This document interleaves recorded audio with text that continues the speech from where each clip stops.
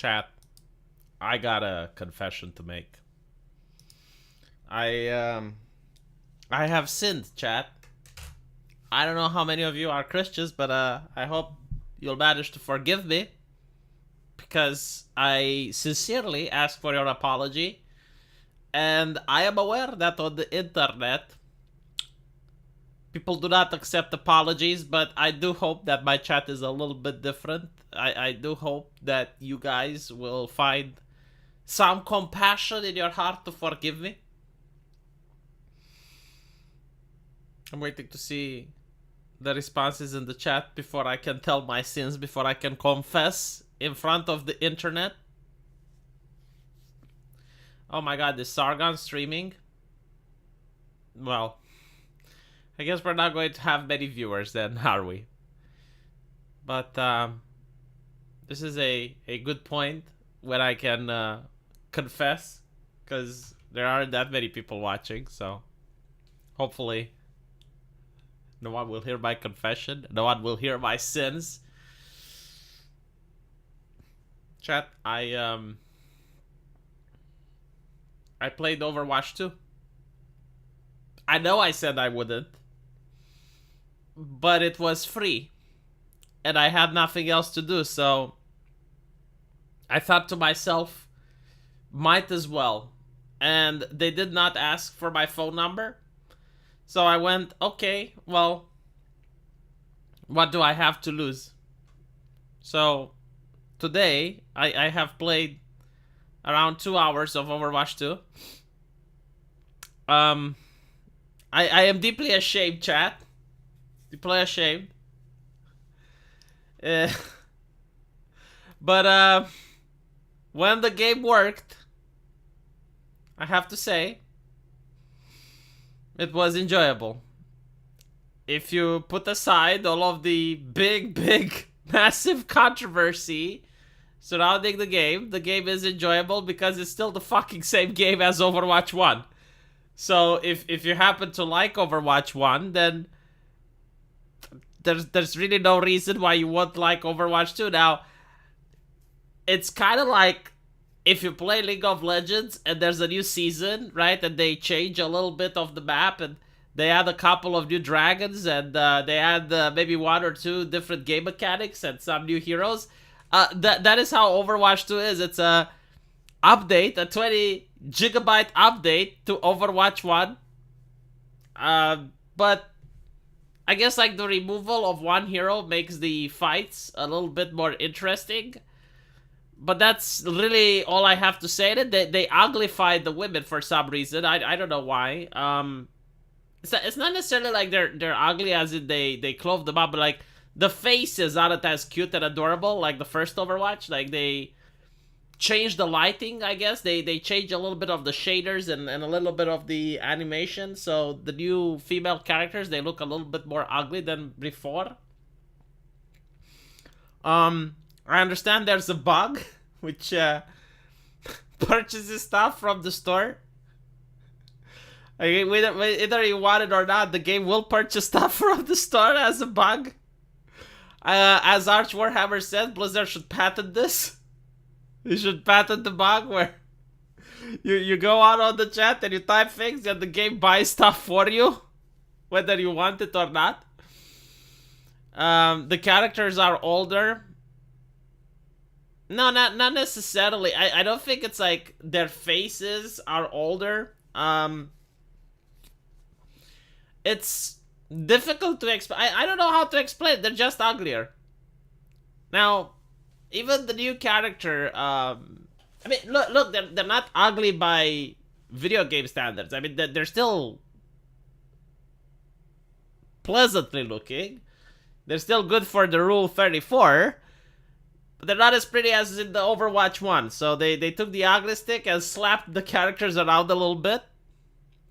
Some look older, like Mercy. But even the new ninja character, right? Like, she isn't as pretty as Mercy used to be or as Diva used to be. Like, even Diva is a little bit more. But, you know, none of them have bigger breasts even though they grew older. But who cares? You know, it is what it is. Rule 34 will just use the old models. Phew, I'm really happy. This is the best announcement that I got all day. All of a sudden, I can go to bed completely relaxed. If Rule 34 will use the old models, all of my concerns about this game have been alleviated. Because this is what I was worried about, chat. Like, I was like, holy shit, you know, what about Rule 34? Are they going to use the new ugly models? And apparently no. So, well, crisis averted. Mm.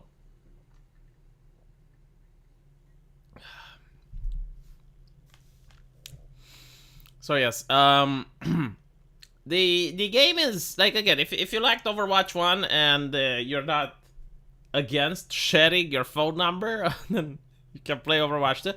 I do think that there is a Microsoft push. Like, I thought about this a lot, right? Because first you have Blizzard coming up with this give me your phone number so you can play video. And then you also have Call of Duty doing the same thing. And apparently other Microsoft products also ask for your phone number. So I think it's a Microsoft push to give your phone number to gaming companies. And of course, we're going to see more of that in the future. Which is why people should advocate for having burner phones, I guess. My yearly TISM kicked in and I wanted to play World of Warcraft Classic, but Blizzard won't even let me log in properly. Fuck 'em. You can have the cash instead. Dude, you need to give me the other 10. Because I think like the World of Warcraft account is $15. Yeah, apparently, with the modern internet, they completely ruined World of Warcraft. Like, when you get to the last level, there are guilds that are selling gear for people. So basically, you talk with them and you pay them money, like actual cash, on PayPal or whatever, and then they take you for Naxxramas or whatever it is, like whatever dungeon there's in vogue, and they clear the boss for you and they give you all the loot. So that is the modern way of playing World of Warcraft, which is kind of sad. I guess there's a lot of new technology that didn't exist back then. Like, you couldn't do this when World of Warcraft initially came out. But yeah, so you're like, as I said before, and I say it now, World of Warcraft is a shit game, like absolute shit. It always was. The only thing that made it good was the community. So all of the features that broke the community to the point where the game has turned into a single player game. I mean, you can play World of Warcraft without interacting with any people right now. You know, you have like Raid Finder and Dungeon Finder. You don't even need to know English to play World of Warcraft. And that's when I think the game died. I don't like it. It's, I mean, the community was everything. Oh, hell no medical license for them. Well, calm down, Zlixan. We're going to get into that, but hopefully Sargon will finish streaming. I wish he knew how to raid my channel. I would have asked him. It's like, hey, can you raid my channel after you finish streaming? But I don't think he knows how to, so I'm not going to get that. What is he talking about? Hold on, let's look at it. You know, now I'm curious. Why is he streaming over me? Like, I usually stream at this hour. Why is he streaming? Hopefully he's not drunk and says things that will ban me from. It's a little bit aged, but man, it's so heartening to see that. Like, cause you called me name, okay? Yeah. Like, I guess if that's what you need to justify whatever your problem is, it'll be okay. I'm fine. What you want to signal? And coming from your perspective, I mean, I think you're fucking lunatic. So, you know. Why are 3 grown men looking at the ground at the same time? Like, what is going on down here? What is happening underneath it all? Because everyone is just like, did I stop the frame at the right time? Like, what is happening? But it's like, man, I hope more people start doing that. Like, stop being afraid of the label. Well, Sargon, you've said a couple of times in this stream, you've gone, that's gay. In Canadian schools, in some Canadian schools, if the students are heard insulting other children or reported insulting other children by saying you're gay or that's gay, they can be suspended for up to 21 days. Yeah, I mean, that's the thing, it's not the label, it's the enforcement. And at the end of the day, the people with power can enforce whatever they want. If, for example, you go at a university, there was actually a psychologist professor, or a sociologist one, which did this study. He initially took a green piece of paper and said that is red. And anyone that disagreed with the fact that it's red got kicked out. And at the end of the day, he decided to give an A+ to everyone that called it red, right? So, like... No, sorry. My bad. All right. Sorry, I was a little bit distracted. So, no, like, he took... let's say, like, this bottle of beer, right? Which is blue, but you guys probably don't see it because of the light. All right, let's say that this bottle of beer is gray, right? And the university professor said that, no, this is red. And anyone that claims it's anything else but red is going to fail my class. And obviously a couple of students did say it's red. They got kicked out, and the professor said, okay, all of you have failed. And at the end of the day, he said, no, like, the ones that got the color properly, the ones that said that this is gray, are going to get A+. And everyone else, you need to think about why you didn't want to stick for the truth. But in reality, I don't think this is a good experiment, because it's not that students in their mind didn't know the color of the bottle. It's not that in their mind they didn't know the truth. It's simply that they knew their interest. Like, why are they at the university? They're at the university in order to pass exams. Like, that is their purpose. It's not to contradict the teacher. It's not to educate the teacher. Like, you're at the university in order to get good grades so that you can get a diploma. So, them not wanting to speak truth to power meant that, well, they knew their interest. I mean, they paid money to be at the university. They don't want to flunk just because you have a crazy teacher. So, I do understand where the students were coming from. But, like, the point is, any person in a position of power can force people to say whatever the person in a position of power wants them to say. That doesn't mean that the people genuinely believe that. That doesn't mean that they change their mindset. And you'll notice this a lot with left-leaning people. If you talk with them in private, like, they have completely different opinions than they have when they're in public. Because a left-leaning person doesn't care about the truth. They care about what other people think it's appropriate to say. So every time a left-leaning person speaks, like, they have this very sophisticated and developed group-oriented mentality, and their entire existence is like, how do I not upset the group? Like, how do I not cause disorder in the group? So, like, they will always think, it's like, okay, well, what is acceptable to say? And if they think that something isn't acceptable to say, even if it's true, they will not say it. And like, this is what's going on in Canada with the previous video, where they say, well, students aren't allowed to say gay as it is, so don't say gay, Bill. But instead of gay now, the word is cringe. Like, it's literally the same context that the word is being used. It's literally the same idea that's being materialized. It's like, yeah, it's like, well, that's cringe, or you're being cringe. Like, stop being cringe, right? It just replaced the 90s and the 2000 word gay, which I think it was used in South Park as well, in negative connotation.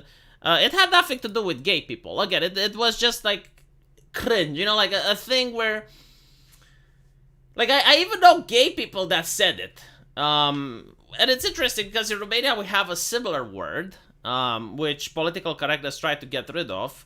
It was being a peasant. That's a peasant thing to do. Like, stop being a peasant. Why are you such a peasant?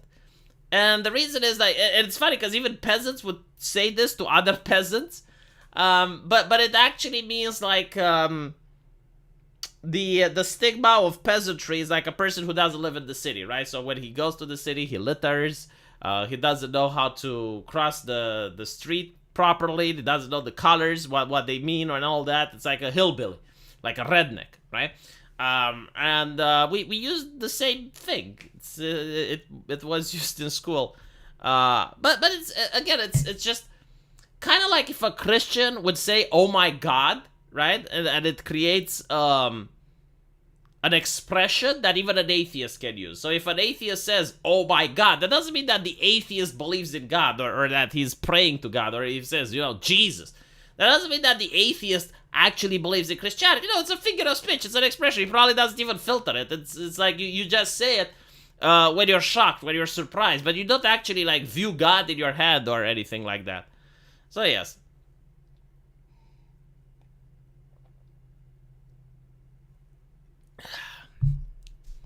Some of the people with power need to meet some modern day. I can't read that, Zlixon. I can't read that. That's in terms of service violation. Please be careful. Like tweet super chat responsibly, Zlixon. Here's some cash for when you inevitably get fined for misinformation, like Alex Jones. Yeah, the thing with Alex Jones. So he gets fined $1 billion. Well, he has to pay $1 billion in damages. At this point, I don't know why they didn't just go for the United States debt. Like how much is the United States in debt for? Like 6 trillion? Just pass it over to Alex Jones. I mean, why the fuck not? Like the thing is, like, if they would have given like a smaller it's not like a smaller, but like a more realistic number, the families might actually get paid. But when you put a number that's clearly over the top, to the point where even in 5 lifetimes Alex Jones wouldn't be able to pay it, I don't know. I don't think they're going to get any damages. Now, what is interesting is that after a number, after you get past a certain number, it doesn't really matter. Like, for example, if I were to be fined $1 million, I mean, that is an insane amount of money for how much I'm making. Maybe I would be able to pay it by the time I'm an old man. Like, praying that the inflation gets worse, and I will work nonstop and just live in a 1-room apartment, paying for the bare necessities, right? And by the time I'm an old man, maybe I would be able to pay $1 million. But after $1 million, if you tell me like 5 million, I would never manage to make that amount. So if you were to tell me 5 million or 6 quadrillion, it's the same shit.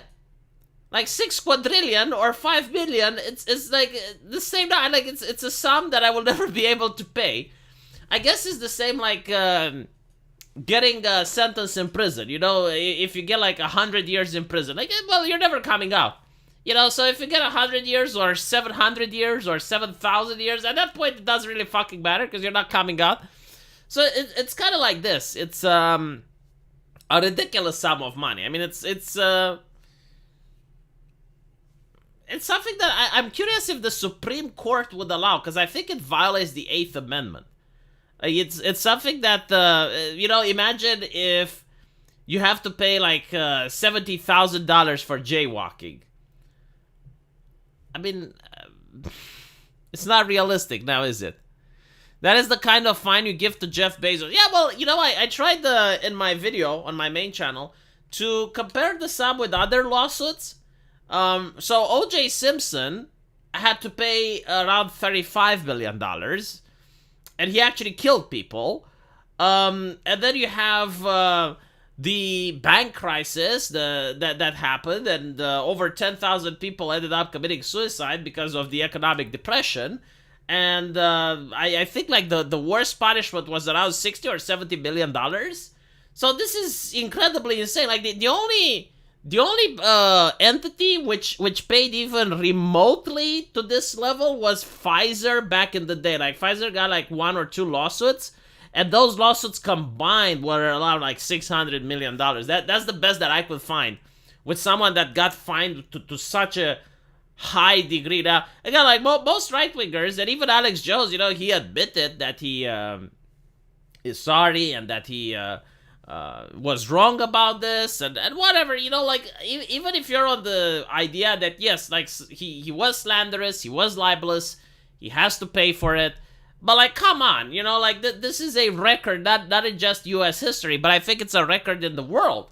Like, I couldn't find any other country where for slander and libel you have to pay such a ridiculous amount to the point where even corporations wouldn't be able to handle this. I mean, if CNN had to pay $875 million, I think they would go bankrupt. Even with their money, with their funding, I don't think they could manage. Or if they did, they would have to severely downsize their operation. So it is what it is. Now, you know, like, the verdict was in before the trial. I mean, yeah, but most people expected that Alex would lose, but like, I didn't even want to cover it. I was like, oh, well, you know, he's obviously going to lose this case. And then when I actually saw the number, I was like, holy shit, dude, like, come on, like, you're making history here. I mean, people in law school are going to study this case like 30 years from now.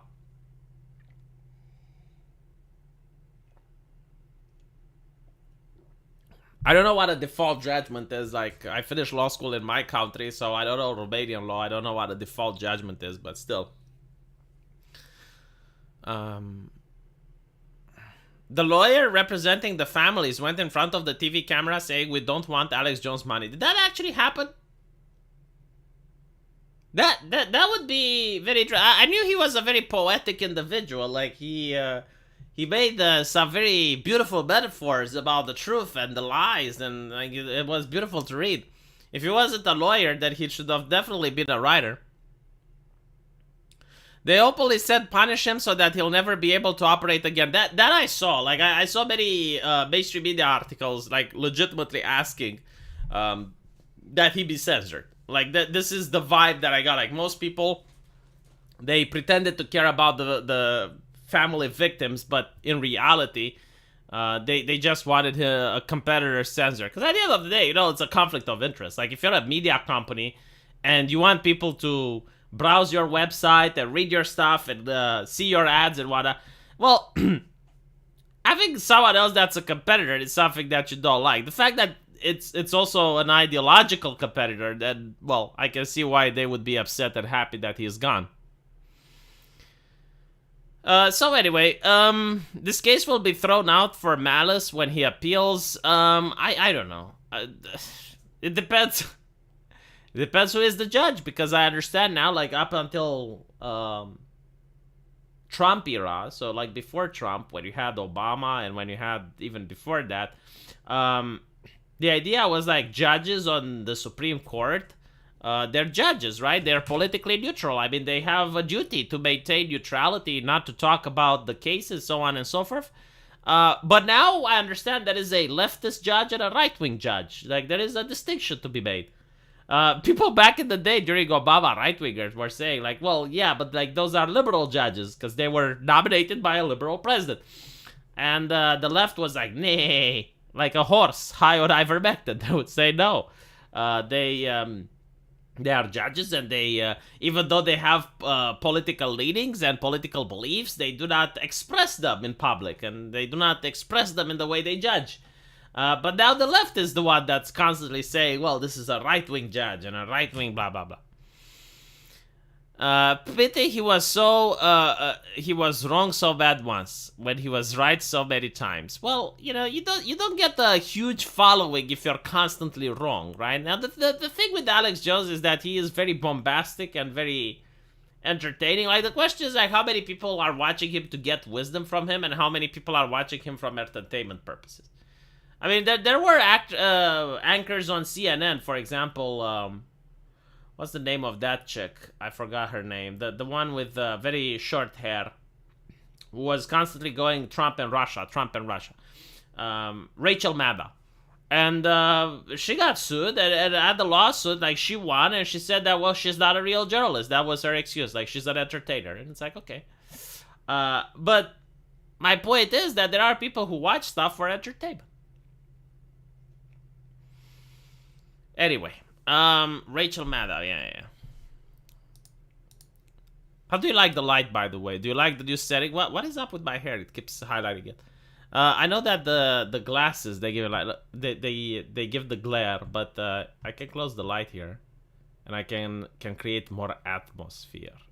Is this a good atmosphere? No, it's not. Hold on, let me just dim it a little. Ah, there we go. Beautiful. Absolutely beautiful. I feel like I'm in a German brothel now. So let's get down to business. Pop-out chat. Here we go.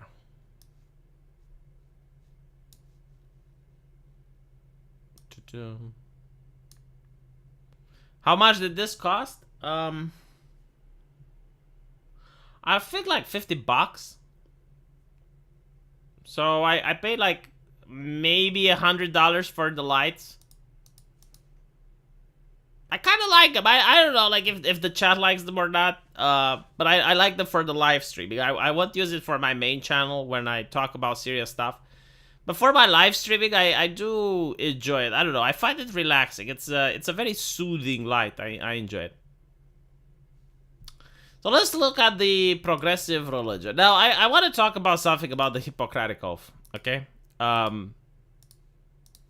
Hippocratic Oath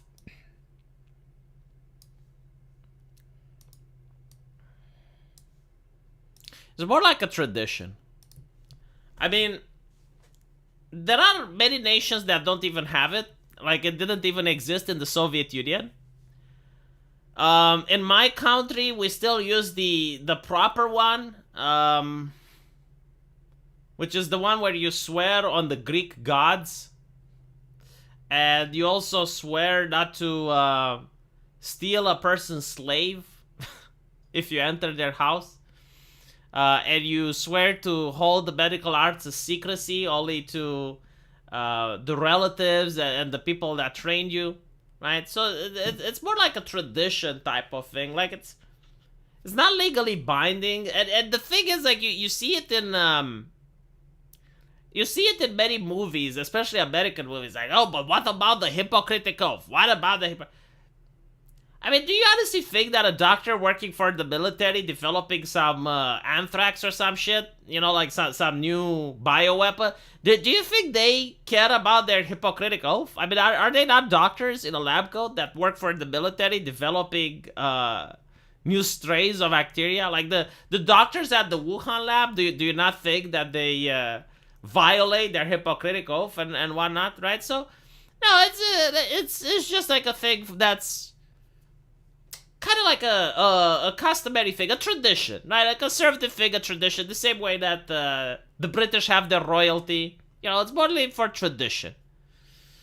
When you say it, you start to feel it, at least in the beginning. Yeah, kind of like that. You know, kind of like that. So, it's not legally binding. It's not enforceable. But let me see if I can find the old version. So, Hippocratic Oath. Old version. I mean, the ones that the Americans use actually make sense. The one that I had to read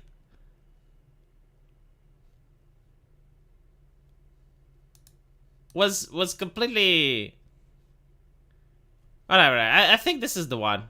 Yeah. So this is the one I had to read, which is the original one from Greece. Like this is the first Hippocratic Oath, and this is the one that myself and my colleagues read. So I swear by Apollo, the physician, and Asclepius and Hygeia and Panacea, invoking all the gods and goddesses to be my witnesses, that I will fulfill this oath and this written covenant to be the best of my powers and my judgment. I will look upon him who shall have taught me this art, even as mine own parents. I will share with him my substance and supply his necessities if he be in need. I will regard his offsprings even as my own brethren, and I'll teach them this art if they desire to learn it without fee or covenant. So basically, this is back in old Greece, where it was a guild, right? Like the art of medicine was a guild, and the person who taught you became your master, and you are basically swearing that you would treat him not only just as your family, but his children were now in your care because he did this great service to you by teaching you this art, which it was very difficult to learn, and in fact you couldn't learn it from anywhere else besides a very select few masters. So, okay. I will impart it by precept, by lecture, and by all other means of teaching, not only to my own sons, but also to the sons of him who have taught me, and disciples bound by covenant and oath, according to the law of physicians, but to none other. So, as you can see, it was to maintain secrecy. Like, you were not supposed to teach this art to anyone else besides to the family of the master, as well as your own family. So, it was something that was passed on in the family. So, I guess the way you could learn it is if you were married to a woman whose father was a physician, and then you became his family, so he would teach you, and then maybe like that. Or there were other rules. But anyway. The regimen I adopt shall be for the benefit of the patients, to the best of my power and judgment, not for their injury or for any wrongful purpose. I will not give a deadly drug to anyone, though it be asked of me, nor will I lead the way in such counsel. And likewise, I will not give a woman a necessary to procure abortion. Now, I gotta point out that this is the old oath, which the Americans don't read. Okay? Like, this goes back in ancient Greece. So this, what the doctors in ancient Greece were swearing. But I will keep my art and purity and holiness. I will not use the knife, not even verily on sufferers from the stones. So they're talking about kidney stones, right? Like the original oath also outlawed surgery. I will give place to such as the craftsmen therein. Hold on, there's another part which unfortunately is not here. But it also talks about... here we go. All right. Like, you guys will love the last part. The left will freak out about it. This is my favorite part, which I had to read out loud and try not to laugh. Whatsoever house I enter, I will enter for the benefit of the sick, refraining from all voluntary wrongdoing and corruption, especially seduction of male or female bond or free. So, I will not fornicate with the patients, basically. Whatsoever things I see or hear concerning the life of men, in my attendance of the sick, even apart from my attendance, which ought not to be blabbed abroad, I will keep silence on them, counting such things as to be religious secrets. So in other words, if you go into a person's house and you see things, you hear things, you're not supposed to talk about them. I fulfilled this oath and confronted not to be mine to enjoy life and art alike, with good repute among all men, and all-time course, but may the contrary befall me if I transgrade and violate my oath. But there's a part with slaves. Where is it? Because I remember reading a part where I will not steal the person's slave if I enter his house. But anyway, right, so my point is that there is a huge difference between the Hippocratic Oath that the Americans are reading and the ones that Europeans are reading. Greek pantheon is the most human-friendly religion. Teachers used to be masters of their craft. Imagine if Alex Jones goes on the run to South America. They will be forced to print out posters with his face. Wanted, 1 billion bounty. If Alex Jones flees... So, okay. If Alex Jones, let's say he goes to Russia or whatever, which I doubt, but if he does, they will seize everything they can from his bank accounts. They will seize all the properties, all the land, all everything he has, and then they will sell it in order to make money and give to the victims. As for Alex Jones himself, they won't care.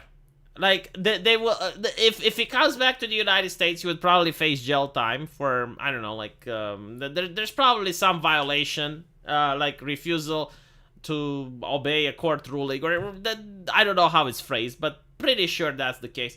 And I don't think the progressives would care. Like, as long as he's silent and he doesn't upload videos, they won't give a shit. They will forget about him.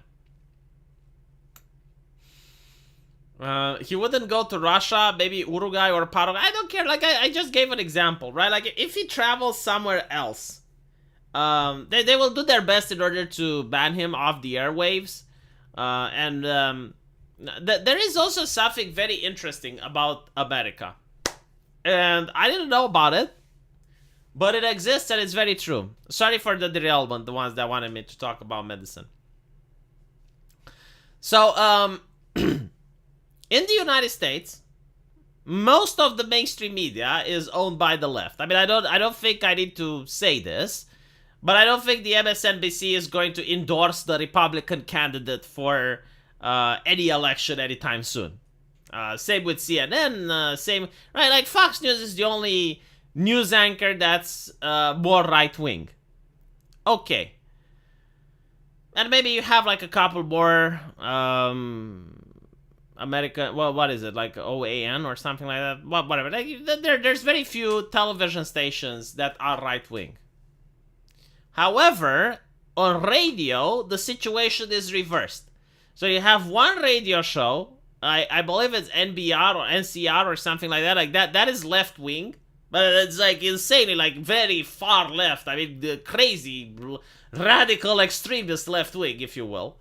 And then all the other radio shows, including InfoWars, which you can find on radio, are right-wing. And the left is fuming about this, because most people, they drive cars. And while they're driving cars, they listen to the radio. So, yeah, I can I can see why they don't like Alex Jones much. Yeah, NPR it's called. But besides NPR, which is left, all the other radio shows are right-wing. And Alex Jones is more of a radio pundit. Like he, the InfoWars thing is, sure, like you have the website and you can listen to him live, but you can also listen to him on radio. So, he can broadcast in shortwave. Well, yeah, but like if he goes into a remote island, then shortwave means no one will hear it.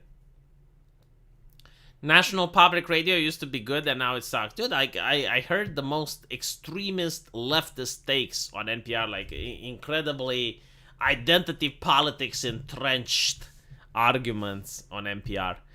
Hey, don't look at me, okay? I'm not American. The fact that I even know about this shit should impress you. Like, how much do you know about Romania's radio stations or any European radio station? Shut the fuck up, the Asuero. Laughing at my mispronunciation, thinking that you have a sleight of hand on me. No, you don't. Sargon and Co are painting figurines. Shut up, Paul. I know. Like he's stealing my audience. They won't show the figurines. I wonder why though. I think they're not happy with them. Like they're not impressed with their work. So yes, that's why they really dislike Alex Jones, is because he's probably like the king of right-wing radio. I mean, I'm really curious about how many viewers he's got, or well, in the case of radio, listeners.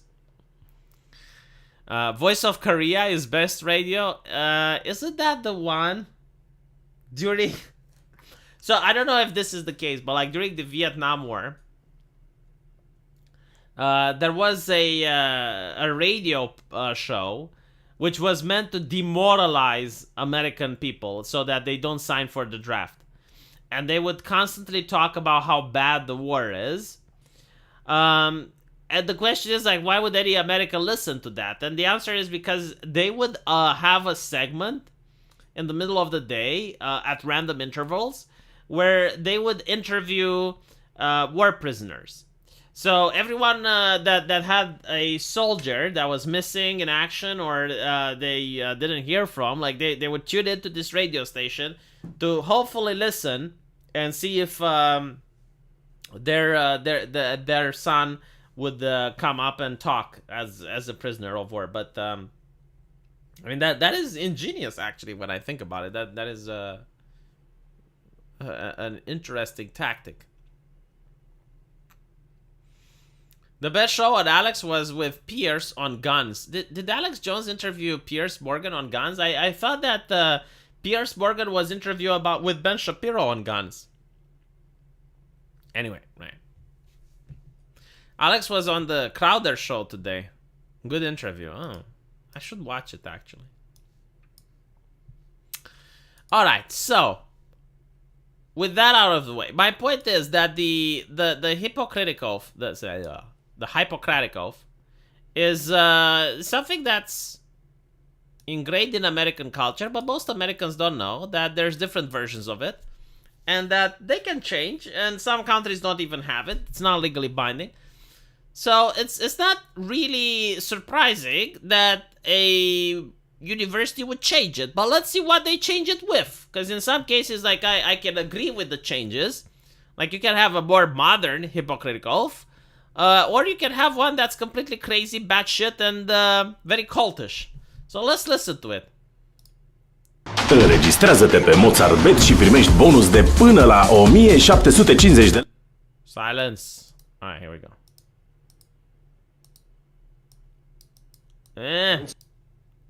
Yeah. Yeah. Today, many indigenous people are friends, families, peers, Minnesota Twin Cities. We, the students of the University of Minnesota Twin Cities Medical School What the fuck? class of 2026, stand here today among our friends, families, peers, mentors, and communities who have supported us in reaching this milestone. Our institution is located on Dakota land. I swear to God, when I hear the word community, I start to shiver. Especially when it comes from an institution.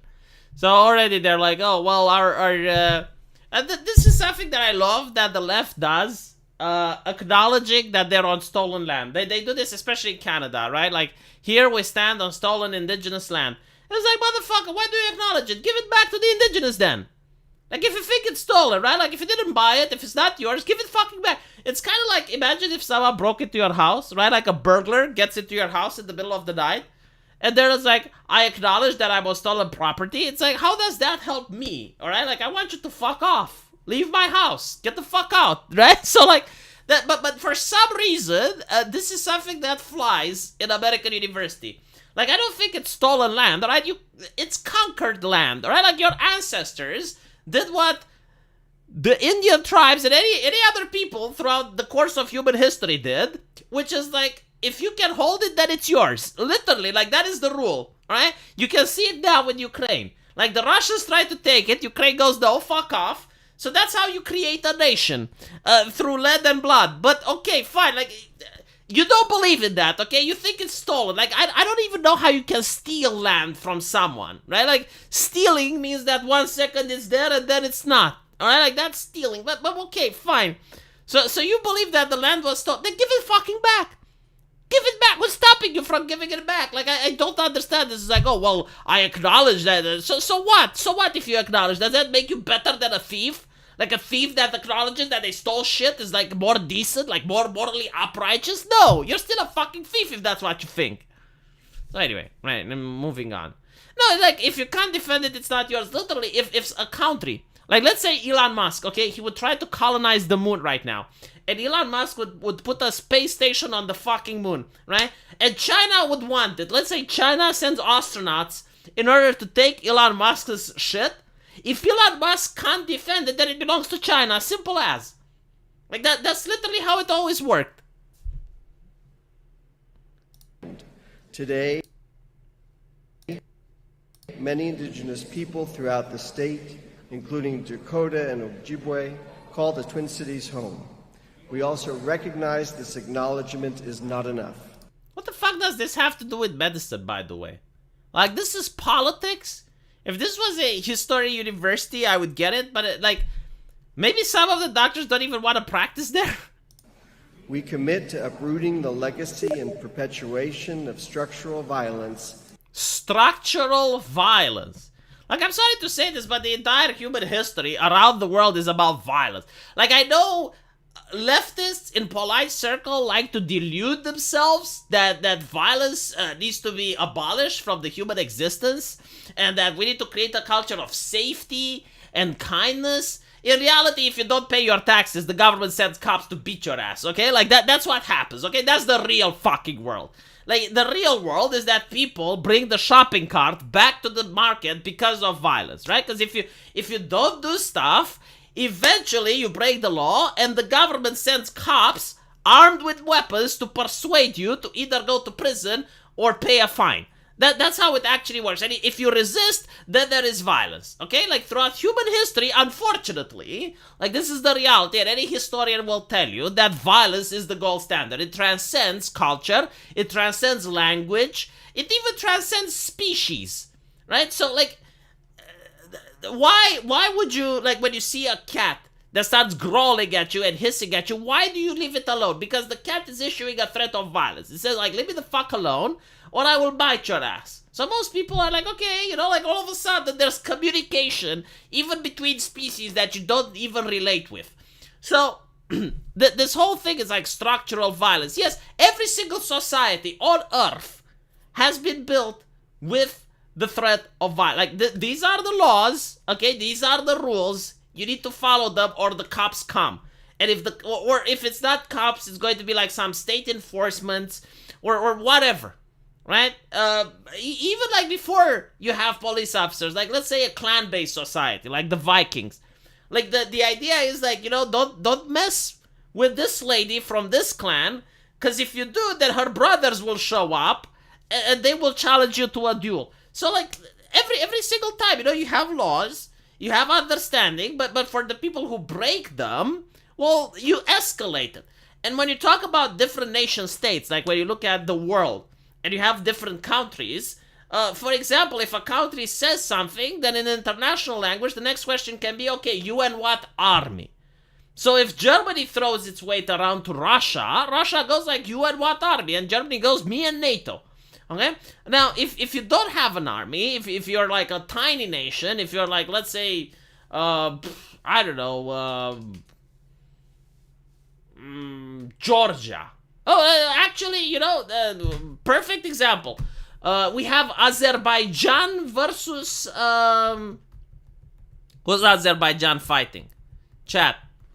Tell me, it's on the tip of my fucking tongue. Azerbaijan versus whom?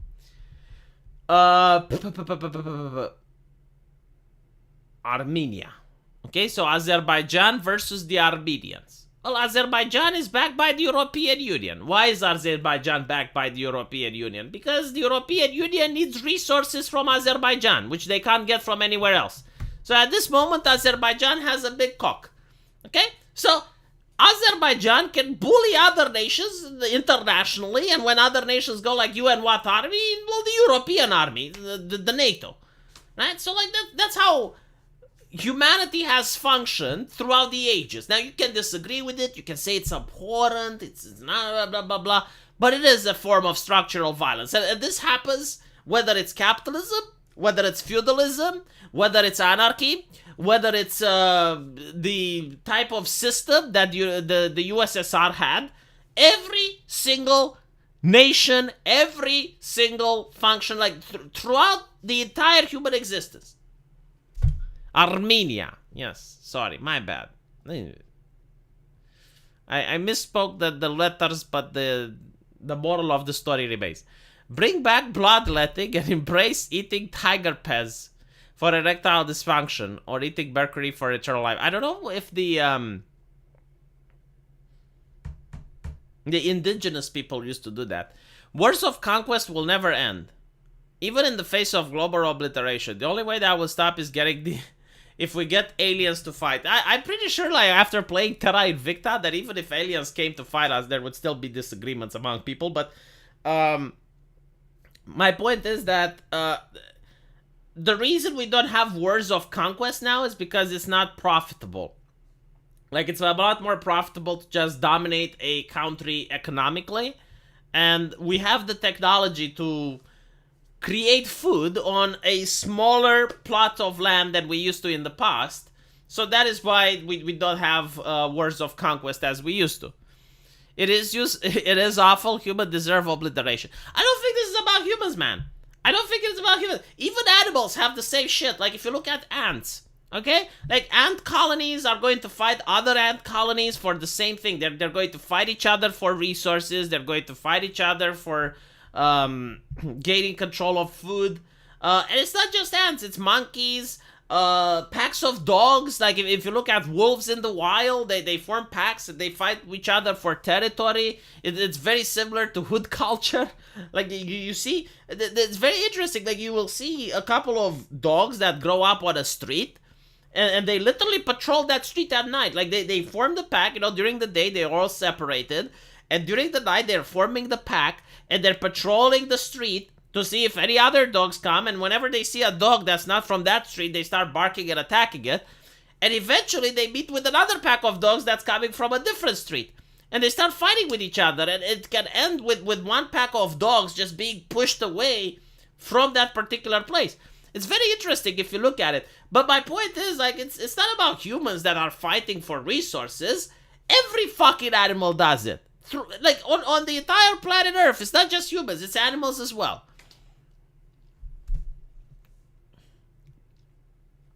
Wild chihuahuas. It's kind of funny because, like, you will see, like dogs, the feral ones. Oh, sorry, not the feral ones. The untamed ones. The ones on the street. Yeah, feral, I think. They all have like different breeds mixed in. So you might actually have like 4 big dogs and a little chihuahua that just, like tries to mingle, and he's just following the rest of the pack. But yes, like my point is, complaining about, systemic systems of violence. Like, get the fuck out. That exists in every culture. But this is what the left likes to do, like they laser focus on America, and they pick something which exists everywhere else, but they ignore that, right? Like and if you point it out, it's like, oh, it's whataboutism. It's like, no, if it's something part of the human experience, you can't ignore that it exists everywhere else. I mean, even the indigenous tribes, I assume, right? If a person, like, for example, an Indian, right? Like, if he stole something from the tribe, or if he raped a woman, or anything like that, right? Like, he had to answer to the village chief. Like, eventually, there would have been violence, right? Like, the strong men of the tribe would come up, they would take him to have, like, some form of sentences passed, and he would have to follow the law of the tribe. I mean, surely. Thanks for showing the game. I like it a lot. I know, Christian. Everything that I recommend is awesome, and everyone likes my recommendations. Anyway, let's move forward. Deeply embedded within the healthcare system. We recognize systems of violence deeply embedded in the healthcare system. What, with Pfizer? Like, who's doing violence in the healthcare system? But again, like, leftists have created an entirely new dialect, which I'm pretty sure means something for them, but for normal people, like, systems of violence embedded in the healthcare system. Like, what, do the nurses start beating you up? Like, what are you talking about? And by the way, like, take into account that the reason Jordan Peterson had to go for treatment in Russia is that here in Eastern Europe, if a patient is addicted to drugs, and in the case of Jordan Peterson, he was addicted to benzodiazepines, and in America, like, they try to use other drugs to cure addiction. Here, they just tie the patient to the bed. Like, literally, that's what they do. That's kind of violent if you look at it. Like a patient that's being tied and is like, ah! It's quite violent when you look at it, right? So, I'm pretty sure there are other medical systems outside of America which are a little bit more violent. In fact, America, in my opinion, and many other Eastern Europeans' experience, lacks some of the violence required. For example, if a patient is addicted to something, yeah, you tie him on the bed until he goes through the withdrawal. But that's what we do in Eastern Europe. In America, they have different ways of treatment, which apparently convinced Jordan Peterson to come here, seeking help. Recognize inequities built by past and present traumas rooted in white supremacy, colonialism, the gender binary, ableism, and all forms of oppression. I'm not even going to entertain that. I mean, that's just leftist slang. That requires 6 years of academia just to understand what they were fucking saying there. Like, it requires you to get a student debt of 6 years of gender studies just to get what they were trying to say. As we enter this profession with opportunity for growth, we commit to promoting a culture of anti-racism, listening and amplifying voices for positive change. Such fucking subjective. It's like amplifying voices for positive change. In other words, like parroting leftist ideas. That's what they're saying. We pledge to honor all indigenous ways of healing that have been historically marginalized by all indigenous ways of healing that have been historically marginalized. Holy fucking shit. All of them, yes? Even human sacrifices? Even like going to the shaman and having the shaman. Like, they don't even mean what they say. I'm pretty sure, like, what they're trying to say is that, it probably means something else in leftist La La Land, but in reality, if you think about it, right, like, we have the scientific method. That's what we have. It's like, it's a universal method. It doesn't matter where you're from, right? Like, and it's very simple. You have a hypothesis, you have an experiment, and then other people should reproduce your experiment to reach the same result. Simple, okay? Like, that is what brought us from the Dark Ages. I mean, imagine if you have this shit in Europe, right? So you're saying, all right, let's have the indigenous ways that have been marginalized by modern Europeans, and let's go back into the past. What does that mean? It means leeches. It means drilling holes in people's head in order to release the evil spirits, right? Like, it is just absolutely bewildering that all the students are going along with this, and none of them are having an issue whatsoever. Like, can you imagine how indoctrinated these students are in order to reach the point where you say, yeah, you know, fuck science. We're going to go with, like, everything that indigenous people did because that's noble, right? Like, we are dirty and wrong. Like, everything our culture did is fucking wrong. But this romanticized version of the past, which is fascism, by the way, this romanticized version of the past is completely true, right? Because it was marginalized, that's why. Even though, like, some things may be marginalized for good reason, like, for example, sacrificing people to the gods, like, that requires a good reason to marginalize it. But no, it came from a place of righteousness, right? Like, the world was righteous before the evil colonials came, and the colonials brought absolutely nothing good. Everything they did was purely evil. Everything, right? So with that, all, like, if you view the world like that, if you view that the colonials were actual demons, which only brought suffering, despair, and absolutely nothing good, nothing whatsoever, like, every single colonial was a version of baby Hitler, then yes, I guess you would say that, yeah, like, the world was so righteous and pure. But the question is, if the world was so righteous and pure, why couldn't they fight off the colonials?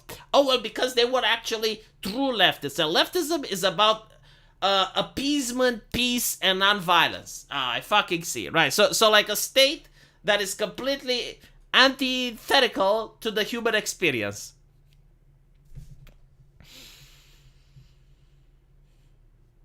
by Western medicine. And again, like, by Western medicine, right? Like, and it's so ridiculous because China marginalizes these practices as well, right? Like, the Middle East marginalizes the same practices as well. Like, even today, if you go to China and you have, like, some alternative form of medicine where they pray to a shaman or something like that, or, like, they try some ritualistic voodoo, or you know, like, even the Chinese would marginalize that. Like, they don't do that because science is universal, and I'm talking about science, the method, which is like observation, hypothesis, experiment, right? Like what Pasteur did. What did Pasteur do? He noticed that if you put some algae into a jar that was covered with bacteria, the bacteria dies. I'm like, holy shit, right? So that is how science is supposed to be done. But no, apparently no. Like, we need to now consider that praying to the gods or to the ancestors or to the spirits is exactly the same as modern medicine. Holy fucking shit, this is just... my god. Didn't modern medicine have roots in Middle East? Yes, science is actually global. Okay, like science as a profession is actually global. So one culture developed something, another culture took that, improved it, another culture took that, improved it further. For example, guns, right? The Chinese invented gunpowder. The Europeans took that and improved it. So the Chinese would use the gunpowder as small rockets that they would fire. And the Europeans were like, what if we use it and we put a metal ball, and then when we fire it actually fires a bullet, right? And then the Americans improved it further, and they were like, okay, but like, what if we create a system where you can have a revolver and it spins, or a Gatling gun and it fires, right? So every single culture invents something, and then another culture takes that and adds something else. Like that is the truth for science. All right, it doesn't be like, oh well, this was invented by this culture, no one is allowed to touch it.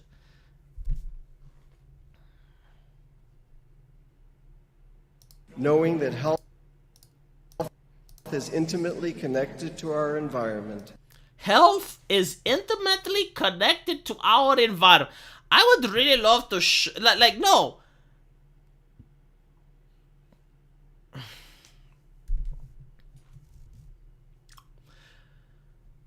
I love how they tried to bring all the leftist talking points into one.